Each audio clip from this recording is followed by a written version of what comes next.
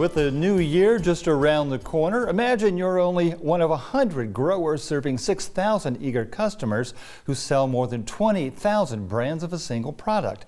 How do you predict the price in a situation like that? Good question. Here's Peter Tubbs. 60 acres of trellised vines in Yakima County, Washington are home to a key component of America's burgeoning craft beer business. The hops grown here add the bitter flavor in beer, that snap on the palate, which comes from the variety and volume of a primary ingredient used in the brewing process.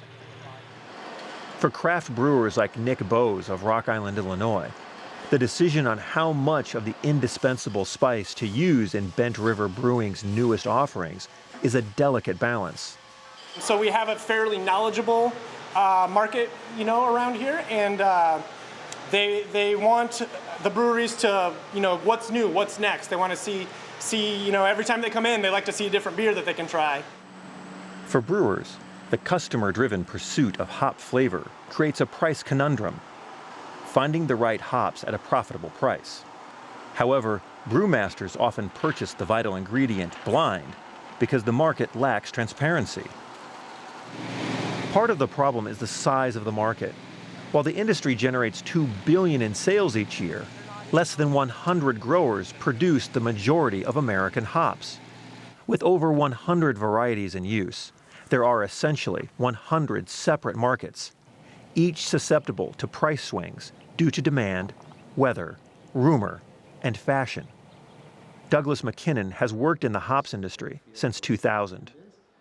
We know roughly where the prices have been, and we know roughly what the market will bear. And so then you somehow in the middle there have to calculate your profit and then try to negotiate a good deal with the growers.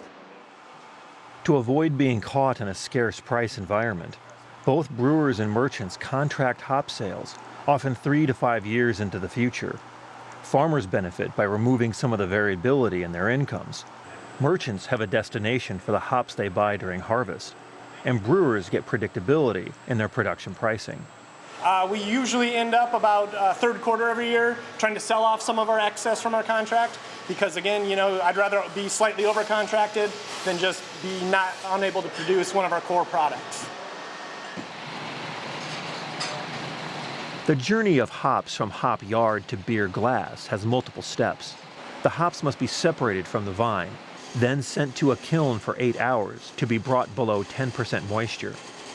Then packaged in 200-pound bales for storage at 34 degrees until they can be either compressed into pellets or converted to an extract.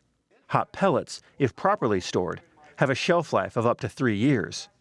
Canned extract is good for a decade or more.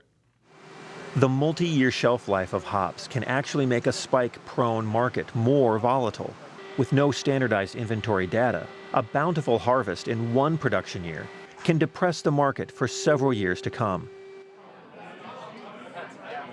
Higher demand from the craft beer industry has boosted United States hop production 28% since 2000.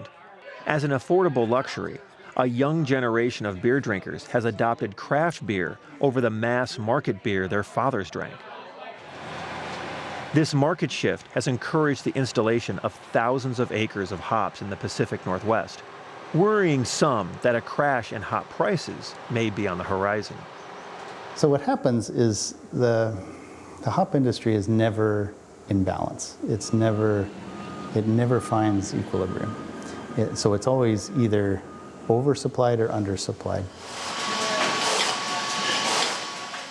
Craft brewing uses dramatically more hops than conventional brewing, and craft beer continues to carve market share away from national beer brands each year.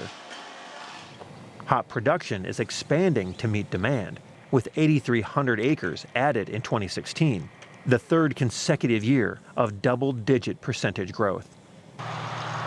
The Gamache family has been farming hops in the Yakima Valley for 75 years. So hopefully, by the time that you're harvesting your crop, you already know what you're going to get for it and where you're going to deliver it.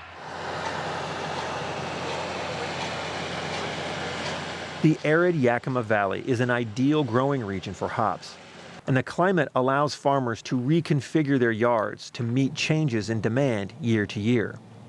But the opacity of the hop market makes those moves risky without long forward contracts with merchants and breweries.